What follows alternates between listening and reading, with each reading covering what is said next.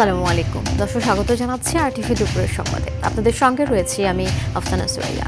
জুলাই সনদ তৈরির লক্ষ্যে আগামী 10 দিনের মধ্যে অমীমাংসিত বিষয়গুলোর সমাধানে রাজনৈতিক দলগুলোর সহযোগিতা চেয়েছেন ঐক্যমত্য কমিশনের সহ সভাপতি ডক্টর আলী রিয়াজ।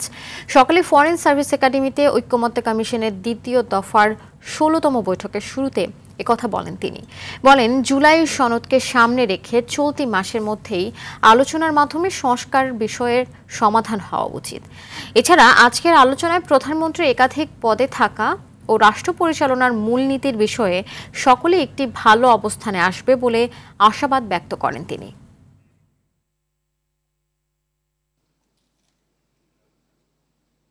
যদি আমরা ঐক্যমতে 31 তারিখের মধ্যে পৌঁছতে চাই এবং যেটা আমাদের বাধ্যবাধকতা বলে আমি মনে করি, সেখানে পৌঁছতে হলে আগামী আজকে সহ যে 10 দিন, সেক্ষেত্রে আমাদেরকে দ্রুত সিদ্ধান্ত গ্রহণ করতে হবে। দু একটি বিষয়ে এখনো আলোচনা বাকি আছে, সেজন্য হয়তো একদিন দুদিন বরাদ্দ করা যাবে, কিন্তু কিছু কিছু বিষয়ে সিদ্ধান্ত গ্রহণ ব্যতি রেখে আসলে অগ্রসর হওয়া যাবে না। কিন্তু গতকাল তত্ত্বাবধায়ক সরকার ব্যবস্থা বিষয়ে সমস্ত রকম আলোচনার পরে কমিশনের এটা ধারণা যে কমিশনের পক্ষ থেকে সংশোধিত সমন্বিত যে প্রস্তাব দেওয়া হয়েছে তাতে অধিকাংশের একমত আছে। কারো কিছু কিছু বিষয়ে হয়তো খুঁটিনাটি বিষয়ে আপনাদের কিছু কিছু পরামর্শ থাকতে পারে।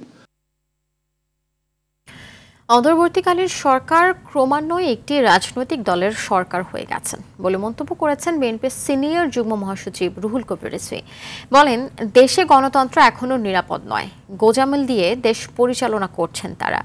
নির্বাচিত সরকার শক্তভাবে দেশ পরিচালনা করলেও অন্য কোনো সরকারের পক্ষে তা সম্ভব নয়। ফ্যাসিবাদ আমলে প্রেক্ষাপট তুলে ধরে তিনি বলেন, বাংলাদেশ ছিল শেখ হাসিনার বানানো কারাগার, গোটা দেশটাই ছিল আয়নাঘর। এনসিপির নানা দাবির সমালোচনা করে বলেন, বিচারের আগে কেন রাজনৈতিক দল গঠন করলো তারা? সকালের শহীদ রাষ্ট্রপতি ও বিএনপির প্রতিষ্ঠাতা জিয়াউর রহমানের মাজারে শ্রদ্ধা নিবেদন শেষে এসব কথা বলেন রিজভী। ক্রমান্বয়ে এটি একটি রাজনৈতিক দলের সরকার হয়ে যাচ্ছে। যতক্ষণ আপনাদের প্রতিনিধি ছিল, আপনারা দল করেননি, আপনাদের প্রতিনিধিদেরকে মনে হয়েছে এরা নিউট্রাল, এই ছাত্ররা সাধারণ ছাত্র, তাদের প্রতিনিধি অসুবিধা নাই।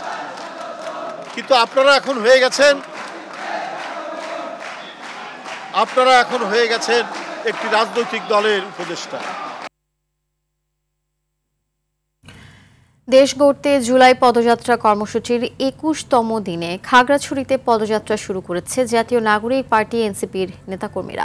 চেঙ্গিস স্কয়ার থেকে শুরু হওয়া পদযাত্রা শেষ হবে শহরের শাপলা চত্বরে, পরে মুক্তমঞ্চে জনসভা করবে দলটি। একই দিনে খাগড়াছড়ির কলাবাগান এলাকার বিএনপির অঙ্গ সংগঠন কৃষক দলের কেন্দ্র ঘোষিত কর্মসূচি অনুষ্ঠিত হবার কথা রয়েছে। জেলার চেঙ্গিস স্কয়ার থেকে কলাবাগান এলাকার দূরত্ব প্রায় 2 কিলোমিটার। কাছাকাছি দুটি রাজনৈতিক দলের কর্মসূচি ঘিরে সতর্ক অবস্থানে রয়েছে পুলিশ। সকাল থেকে বাড়তি নিরাপত্তা গ্রহণ করেছে আইন শৃঙ্খলা রক্ষাকারী বাহিনী। লাল সবুজ পতাকার নিচে দাঁড়িয়ে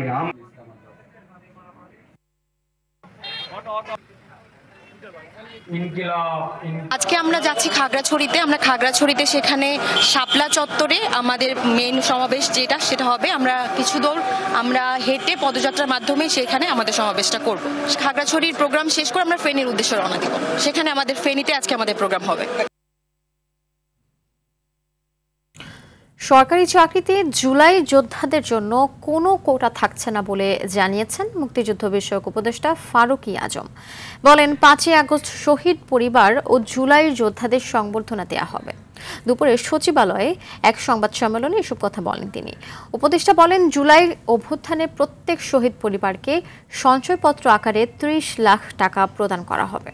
পাশাপাশি জুলাই যোদ্ধা ও শহীদদের ভাতা বাবদ সরকার প্রতি মাসে প্রায় 15 কোটি টাকা প্রদান করবে।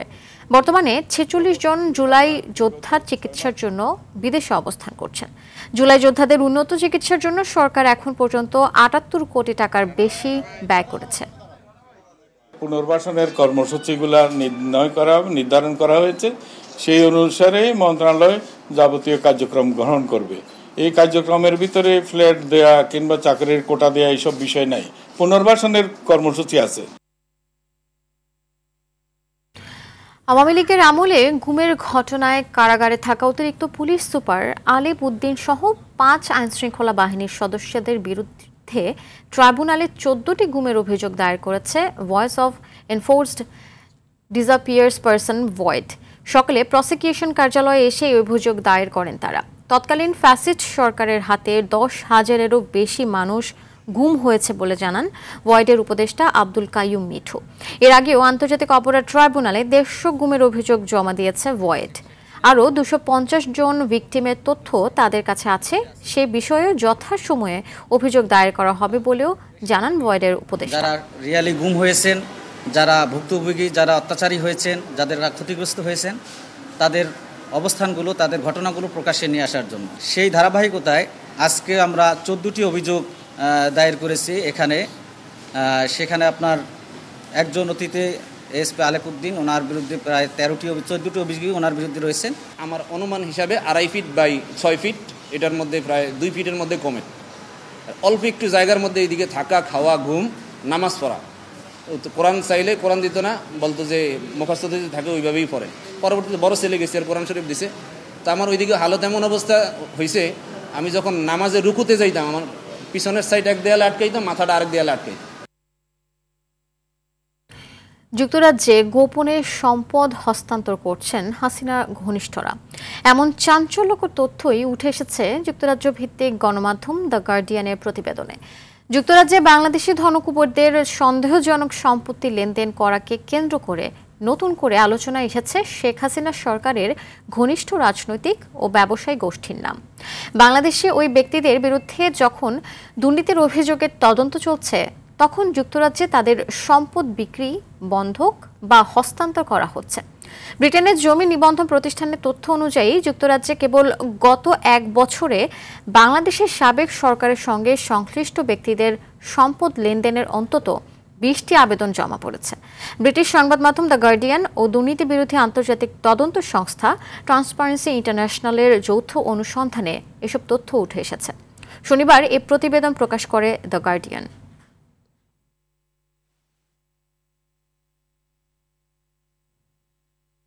বিশ্বের যে কটি দেশে জাতিসংঘের আঞ্চলিক কার্যালয় রয়েছে, সেসব দেশে রাজনীতি এবং অর্থনীতি ভঙ্গুর কাঠামো। এমনকি সেই সব দেশের শান্তি ও মানবাধিকার প্রতিষ্ঠায়ও ব্যর্থ হয়েছে সংস্থাটি। এমন বাস্তবতায় ঢাকায় জাতিসংঘের মানবাধিকার বিষয়ক হাইকমিশনের 19তম মিশন চালু করেছে সংস্থাটি। সরকারের এমন সিদ্ধান্তে কানাঘুষা চললেও সরাসরি আপত্তি জানিয়ে আসছে ইসলামপন্থী দলগুলো।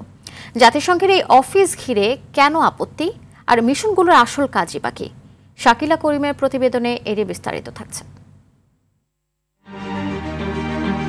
জাতিসংঘ মানবাধিকার কার্যালয় ও HCHR বিশ্বজুড়ে মানবাধিকারের প্রচার ও সুরক্ষায় রাষ্ট্রপুঞ্জের প্রধান সংস্থা হিসেবে কাজ করে। এর আঞ্চলিক কার্যালয়গুলো বৃহত্তর অঞ্চলগুলোর মানবাধিকার পরিস্থিতির উপর রাখে নজর। এবার 19তম দেশ হিসেবে বাংলাদেশে এর যাত্রা শুরু। ঢাকায় এই কার্যালয় খোলা নিয়ে পক্ষে বিপক্ষে চলছে চুলচেরা বিশ্লেষণ। সরকারের এই পদক্ষেপে প্রশ্ন তুলেছেন ইসলামী বক্তা ডক্টর মিজানুর রহমান আজহারি। প্রশ্ন রাখেন, যেসব দেশে জাতিসংঘের আঞ্চলিক দপ্তর রয়েছে, সেসব দেশের জনগণ কি শান্তিতে আছেন?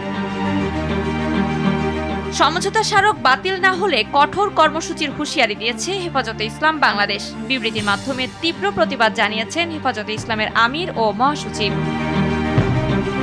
বিষয়টি নিয়ে অন্তর্বর্তীকালীন সরকারের সমালোচনা করে জাতীয় নাগরিক পার্টির সদস্য সচিব আক্তার হোসেন বলেছেন, রাজনৈতিক দলগুলোকে আলোচনার বাইরে রেখে অন্তর্বর্তীকালীন সরকার এই সিদ্ধান্ত নিতে পারে না। রাজনৈতিক দলগুলোকে আলোচনার বাইরে রেখে অন্তর্বর্তীকালীন সরকার এই সিদ্ধান্ত নিতে পারে না। শেষ পর্যন্ত মিশনের কাজের পরিধি আর প্রকৃতি নিয়ে প্রশ্ন থেকে যায় বলে জানান খেলাফতে মজলিসের এই নেতা। ফিলিস্তিনে 30 বছর ধরে তারা কার্যক্রম চালাচ্ছে, তো 30 বছরে তো বরাবর আমরা প্রতি বছর দেখছি আগের বছর হচ্ছে খারাপ। এই স্বাধীন একটা সংস্থাকে আপনি বাউন্ডারি বা লিমিট দিয়ে দিতে পারবেন না যে আপনারা এটা করতে পারবেন, এটা করতে পারবেন না। নিরাপত্তা বিশ্লেষকরা বলছেন, এই সমঝোতা স্মারকে কিসের ভিত্তিতে বাংলাদেশ সম্মত হয়েছে তার উপর নির্ভর করবে তারা এখানে কি কাজ করবে। তার প্রভাব বাংলাদেশের রাজনীতি, সমাজ এবং কালচার, সংস্কৃতির মধ্যে কি পড়বে না পড়বে তার উপর নির্ভর করে। তার মানে হলো গুরুত্বপূর্ণ হলো বাংলাদেশ কি MOU সাইন করেছে, ম্যান্ডেটটা কোন ম্যান্ডেটটা এগ্রি করেছে তার উপর নির্ভর করে। আগামী 3 বছরের জন্য সমঝোতা স্মারকে সই করেছে দুই পক্ষ। 1 বছর মেয়াদী কারিগরি মিশনের প্রস্তাব দর কষাকষিতে ঠেকে 3 বছরে। ফলে এই মিশনের কাজের ধারা অবারিত হওয়ার আশঙ্কা দেখছেন বিশ্লেষকরা। শাকিলা করিম, RTV, ঢাকা। রাজধানী উত্তরায় একটি প্রশিক্ষণ বিমান বিধ্বস্ত হয়েছে। বাংলাদেশ বিমান বাহিনীর F-7 BGI প্রশিক্ষণ বিমানটি বেলা 1:30টায় উত্তরার দিয়াবাড়ি এলাকায় বিধ্বস্ত হয়। বিমানটি 1টা 6 মিনিটে উড্ডয়ন করে বলে জানিয়েছে ISPR। ফায়ার সার্ভিস জানিয়েছে বিমান বিধ্বস্তে ঘটনাস্থলে 3টি ইউনিট কাজ করছে, আরও 2টি ইউনিট ঘটনাস্থলে যাচ্ছে। বিমানটিতে ছিলেন স্কোয়াড্রন লিডার তৌকির। সামাজিক যোগাযোগ মাধ্যমের কয়েকটি ভিডিও ছড়িয়ে পড়তে দেখা যায়। জুলাই গণঅভ্যুত্থানে অসামান্য অবদান রেখেছেন নারীরা। জুলাই আগস্টে প্রতিটি আন্দোলন সংগ্রামে তারাও ছিলেন সামনের কাতারে। তাক করা বন্দুকের সামনে বুক পেতে দিয়েছেন সাহসী নারীরা। চরম ঝুঁকি আর অনিশ্চয়তা, নির্যাতন ও হত্যার পরও মাঠ ত্যাগ করেননি তারা। সন্তানদের নিয়ে আন্দোলনে হাজির হয়েছেন মা, নানাভাবে জুগিয়েছিলেন সাহস ও শক্তি। জুলাইয়ে সাহসী নারীদের ভূমিকা নিয়ে জানাচ্ছেন সাদিয়া কানিজ। 24-এর গণ অভ্যুত্থান শুধু আন্দোলন নয়, অধিকার আদায়ের এক ঐতিহাসিক অধ্যায়। এই আন্দোলনে নারীরা অংশ নিয়েছিলেন সাহস, শক্তি ও প্রেরণার প্রতীক হয়ে। অস্ত্রগুলির মুখেও তারা ছিলেন সম্মুখ সারিতে। আন্দোলন নিয়ে স্বৈরশাসকের কটাক্ষ মেনে নিতে পারেননি তারা। প্রতিবাদে রাতেই ঢাকা বিশ্ববিদ্যালয় হলের তালা ভেঙে বিক্ষোভে ফেটে পড়েন তারা। 15 জুলাই বিভিন্ন শিক্ষা প্রতিষ্ঠানের বিক্ষুব্ধ শিক্ষার্থীর অংশগ্রহণে উত্তাল হয়ে ওঠে বিশ্ববিদ্যালয় ক্যাম্পাস।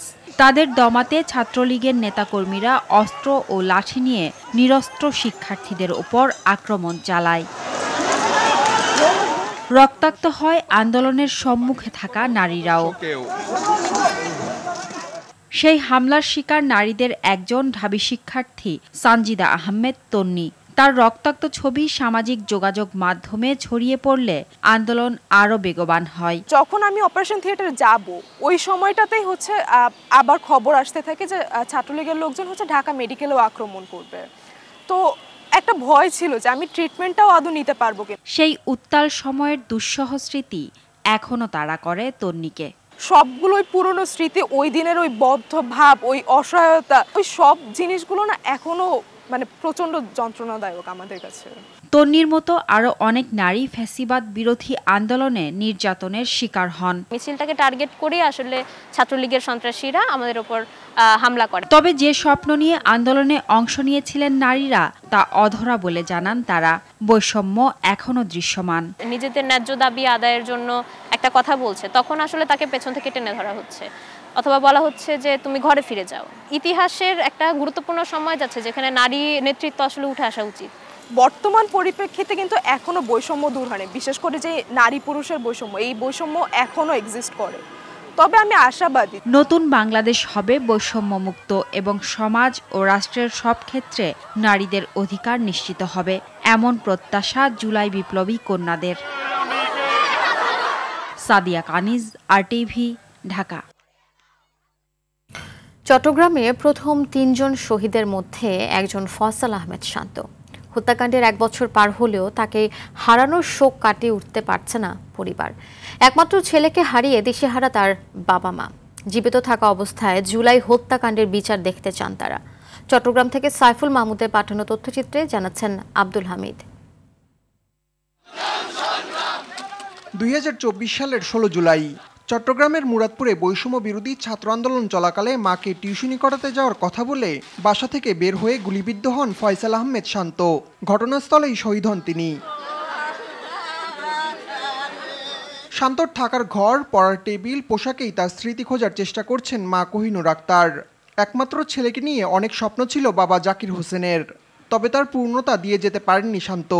ছেলের নামটাও ছিল শান্ত, সব কার্যকলাপ তার সেরকমের ছিল। সবাই বলে যে নামটাই সার্থক, খুব নম্র ভদ্র, একটা চাকরি বাকরি নেবে, ভালো একটা পর্যায়ে যাবে, সংসারের দায়িত্ব তার হাতে তুলে দেবো, আমরা একটু রিল্যাক্স হব। কিন্তু সেই ভাগ্য তো আর আমাদের হলো না। আমার সন্তানটা যে হারাইছি, আমি একটা বছর আমার মনে হয় যে এক যুগ কেটে গেছে। শেখ হাসিনাকে মদত দিছে, বুঝাইছে, আমি সবার বিচার চাই। এই বাংলার মাটিতে বিচার না পেলে আমাদের কোনো শান্তি হইতো না। অভ্যুত্থান পরবর্তী নতুন সরকারের নানা পদক্ষেপ সত্ত্বেও নিজেদের নিরাপত্তা নিয়ে শঙ্কিত শান্তর পরিবার। স্বৈরাচার হাসিনা সহ জুলাই অভ্যুত্থানের সব হত্যাকারীদের দ্রুত শাস্তির আওতায় আনার দাবি তাদের। আব্দুল হামিদ, RTV। সাফ অনূর্ধ্ব-20 নারী চ্যাম্পিয়নশিপের শিরোপা নির্ধারণী ম্যাচে আজ নেপালের বিপক্ষে মাঠে নামবে বাংলাদেশ। কিংস অ্যারেনায় ম্যাচ শুরু সন্ধ্যা 7টায়। আসরে পূর্ণ 15 পয়েন্ট নিয়ে টেবিলের শীর্ষে আছে আফ্রিদার দল। ফলে নেপালের বিপক্ষে ড্র করলেও শিরোপা নিশ্চিত হবে লাল সবুজের। এদিকে ম্যাচটিকে সামনে রেখে রোববার টিম হোটেলে রিকভারি সেশন করেছে মেয়েরা। দলে নেই কোনো ইনজুরি সমস্যা। ফলে ম্যাচটিতে জয়ের ধারা অব্যাহত রেখে শিরোপা জয়ের পরিকল্পনা করছেন কোচ পিটার বাটলার। আশা করছি যেভাবে ভালোটা দিয়ে শুরু করেছি শেষটাও ওভাবে ভালো করব। ভালো আরেকটা ম্যাচ দেশবাসীকে উপহার দিতে চাই। সবাই আমাদের জন্য দোয়া করবেন যেন লাস্ট হাসিটা আমরা হাসতে পারি ইনশাল্লাহ। দর্শক, এবার নিচ্ছে হাইসেন্স সংবাদ বিরতি। ফিরে এসে আরো যা থাকছে।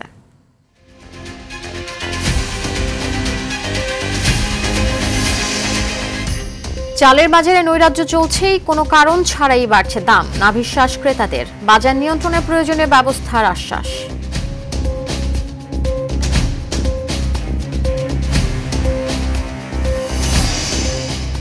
এবং পাকিস্তানে বেলুচিস্তান ও খাইবার পাখতুনখোয়ায় পৃথক অভিযানে নিহত 17 সন্ত্রাসী। বিপুল পরিমাণ অস্ত্র, গোলাবারুদ ও বিস্ফোরক উদ্ধার।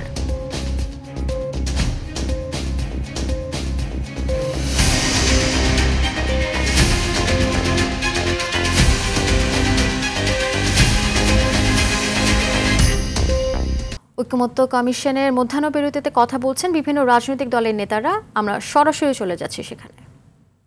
জায়গাটা আমরা বলতে পারেন এবারকার সংস্কারের গুরুত্বপূর্ণ জায়গা, যেটা যত বেশি আমরা বিকেন্দ্রীকরণ করতে পারবো, যত বেশি দায়িত্বগুলোর আমরা ভাগ করতে পারবো, তত বেশি এটা জবাবদিহিতার জায়গাটা বাড়ে এবং এককেন্দ্রিক যে অগণতান্ত্রিক ক্ষমতা কাঠামো সেই জায়গাটা এড়িয়ে যাওয়া সম্ভব। এটা নিয়ে আলোচনা হয়েছে। দুপুরে খাওয়ার বিরতির সময় ঐকমত্য কমিশন নিজেরা বসবেন। বসার পরে আমরা আশা করছি আজকে বিকেলে এ ব্যাপারে তারা তাদের দিক থেকে একটা প্রস্তাবনা তারা আজকে হাউজে তারা এটা উত্থাপন করবেন। 2 নম্বর শেষ দিকে যে আলোচনাটা এসছে রাষ্ট্র পরিচালনার মূলনীতি হিসাবে, সেটা নিয়ে আজকে এর আগেই 2 দফা এটা নিয়ে আলোচনা হয়েছিল। আজকে তারা এটা নিয়ে হাজির করেছেন। প্রথমত তারা গত রাত্রে আমাদেরকে যে বক্তব্যটা দিয়েছিলেন সেই বক্তব্যটা আজকে তারা আবার সংশোধন করে তারা যেভাবে হাজির করেছেন, সংবিধানে রাষ্ট্র পরিচালনার মূলনীতি হিসাবে সাম্য, মানবিক মর্যাদা, সামাজিক ন্যায় বিচার, গণতন্ত্র, ধর্মীয় স্বাধীনতা এবং সম্প্রীতি উল্লেখিত হবে। তারা যেভাবে উপস্থাপন করেছেন তাতে এই ধারণা করবার অবকাশ আছে যে তারা আমাদের বিদ্যমান সংবিধানে বিশেষ করে ৫ম সংশোধনীর পরে যেভাবে ৭২ সংবিধানের মূলনীতি যেভাবে উল্লেখিত হয়েছিল, আপনারা জানেন ৫ম সংশোধনী হওয়ার পরে মূলনীতি হিসাবে সেটা আবার ফিরে আসছে। চালের বাজারে নৈরাজ্য চলছেই। কোনো কারণ ছাড়া দেশের অন্যতম বৃহত্তম চালের মোকাম কুষ্টিয়ার খাজানগরে আবারও বেড়েছে দাম। সব ধরনের চাল কেজিতে বেড়েছে 2 থেকে 4 টাকা। এতে নাভিশ্বাস উঠেছে ক্রেতাদের। বাজার নিয়ন্ত্রণে প্রয়োজনীয় ব্যবস্থা নেওয়ার কথা জানান সংশ্লিষ্ট কর্মকর্তা। কুষ্টিয়া থেকে স্টাফ রিপোর্টার শেখ হাসান বেলালের তথ্যচিত্র জানাচ্ছেন নাদিরা সুলতানা। দেশের চালের বাজার অনেকটাই নিয়ন্ত্রণ করে কুষ্টিয়ার খাজানগর। এখানে ঈদের পর হঠাৎ করেই কারণ ছাড়া 2 দফা বেড়েছে চালের দাম।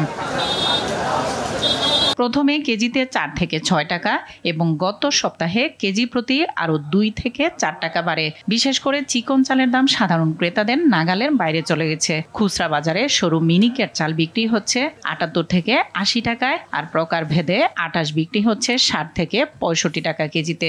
এতে নাভিশ্বাস ক্রেতাদের। চাউলের দাম এইভাবে হয়ে যায়, আমরা গরিব মানুষ খুবই কষ্টের মধ্যে আছি। চাল কিনতে গেলে ডাল কিনা যায় না, ডাল কিনতে গেলে চাল হয় না, চাল কিনতে গেলে তেলের দাম থাকে না, লবণের দাম হয় না। গরিব মানুষ চালের দাম কমলে পারে সবাই বাঁচে, ভ্যান চালানি, রিক্সা চালানি সবাই বাঁচে। চালের দাম বাড়ায় অতিবৃষ্টি উৎপাদন খরচের অজুহাত দেখান মিল মালিকরা। আর খুচরা বিক্রেতারা সামনে বাজার আরও অস্থিতিশীল হওয়ার শঙ্কা জানিয়ে প্রশাসনিক নিয়ন্ত্রণের কথা বলেন। এটা তো চলমান প্রক্রিয়ায়, চলমান প্রক্রিয়ার মধ্যেই বাজারের যে ধানের বাজার যে বৃদ্ধি হয়েছে, চালের বাজার 1 টাকা কেজিতে বাড়ছে। সিজনে যদি আপনার বাজার নিয়ন্ত্রণ না থাকে, যখন আপনার সিজন পার হয়ে যাবে তখন তো বাজার অস্থিতিশীল হবেই। এদিকে চালের দাম কমাতে কারসাজি করা কোম্পানির বিরুদ্ধে ব্যবস্থা নেওয়ার আশ্বাস এই কর্মকর্তার। অচিরেই পূর্বে যে 2-3 বার আমরা নিয়ন্ত্রণ করেছি, এটা আমরা অচিরেই নিয়ন্ত্রণ করব, আরও 4 টাকা কমাইতে বাধ্য করব।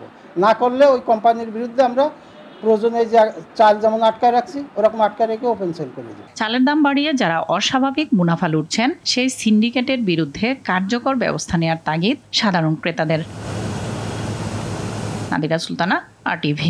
পাকিস্তানের বেলুচিস্তান ও খাইবার পাখতুনখোয়া প্রদেশে পরিচালিত পৃথক গোয়েন্দা অভিযানে অন্তত 17 সন্ত্রাসী নিহত হয়েছে।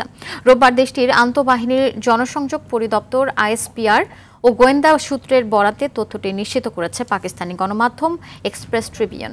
প্রতিবেদন অনুযায়ী গেল 4 দিন দেশটির খাইবার পাখতুনখোয়া প্রদেশের মালাকান্দ জেলায় যৌথ বাহিনীর অভিযানে ভারত সমর্থিত সন্ত্রাসী সংগঠন ফিতনা আল খাওয়ারিজের সঙ্গে জড়িত 9 জঙ্গি নিহত হয়েছে। এ সময় সংগঠনটির আরও 8 সদস্যকে গ্রেফতার করেছে নিরাপত্তা বাহিনী। অভিযানে বিপুল পরিমাণ অস্ত্র, গোলাবারুদ ও বিস্ফোরক দ্রব্য উদ্ধার করা হয়েছে।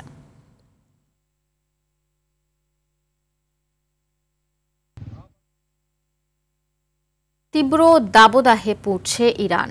এরই মধ্যে দেশটির বিভিন্ন অঞ্চলে তাপমাত্রা 50 ডিগ্রি সেলসিয়াস ছাড়িয়ে গেছে, যা এ বছরে এখন পর্যন্ত সর্বোচ্চ। এই অবস্থায় দেশটির নাগরিকদের পানি ও বিদ্যুৎ সাশ্রয়ের আহ্বান জানিয়েছে কর্তৃপক্ষ। মাত্রাতিরিক্ত গরমের কারণে আগামী বুধবার ইরানের তেহরান প্রদেশে সাধারণ ছুটি ঘোষণা করা হয়েছে। ইরান সরকারের মুখপাত্র ফাতেমে মোহাজেরানির বরাতে তথ্যটি নিশ্চিত করেছে সংবাদ মাধ্যম আল জাজিরা। এদিকে দেশটির জাতীয় আবহাওয়া অধিদপ্তরের তথ্য মতে ইরানের দক্ষিণাঞ্চলের মরুপ্রধান এলাকাগুলোতে সবচেয়ে বেশি তাপপ্রবাহ বিরাজমান।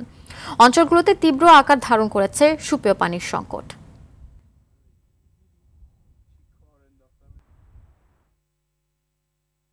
জাপানের ক্ষমতাসীন জোট দেশটির পার্লামেন্টের উচ্চকক্ষে সংখ্যাগরিষ্ঠতা হারানোর পরেও ক্ষমতা ছাড়তে চান না জাপানের প্রধানমন্ত্রী শিগেরু ইশিবা। রোববার অনুষ্ঠিত নির্বাচনে দেশটির প্রধানমন্ত্রী শিগেরু ইশিবার ক্ষমতাসীন জোট উচ্চকক্ষ হাউস অফ কাউন্সিলর্সের 248টি আসনের মধ্যে জয় পায় 47টি আসনে। উচ্চকক্ষে নিয়ন্ত্রণ ধরে রাখতে প্রয়োজন 50টি আসন। প্রয়োজনীয় আসন থেকে 3টি আসন কম পাওয়ায় বেকায়দায় ইশিবার দল। এর আগে গত বছর নিম্নকক্ষেও সংখ্যাগরিষ্ঠতা হারায় তার জোট। এবার উচ্চকক্ষেও সংখ্যাগরিষ্ঠতা হারালো প্রধানমন্ত্রী ইশিবার ক্ষমতাসীন জোট। ধারণা করা হচ্ছে নির্বাচনের এই ফল জোট সরকারের প্রভাব কমাবে। যুদ্ধবিধ্বস্ত গাজা উপত্যকায় হত্যাযজ্ঞ অব্যাহত রেখেছে দখলদার ইসরায়েল। উপত্যকাটিতে নতুন করে চালানো ইসরায়েলি হামলায় একদিনে অন্তত 115 ফিলিস্তিনি নিহত হয়েছে।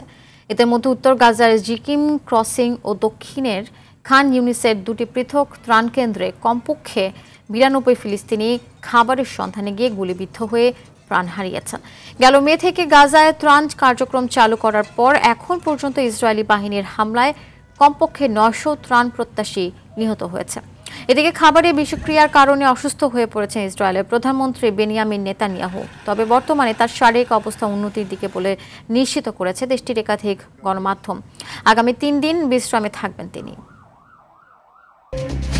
দর্শক, দুপুরের সংবাদ এ পর্যন্তই। জেলার সংবাদ বিকেল 5:45টায় দেখার আমন্ত্রণ রইল। ধন্যবাদ সবাইকে।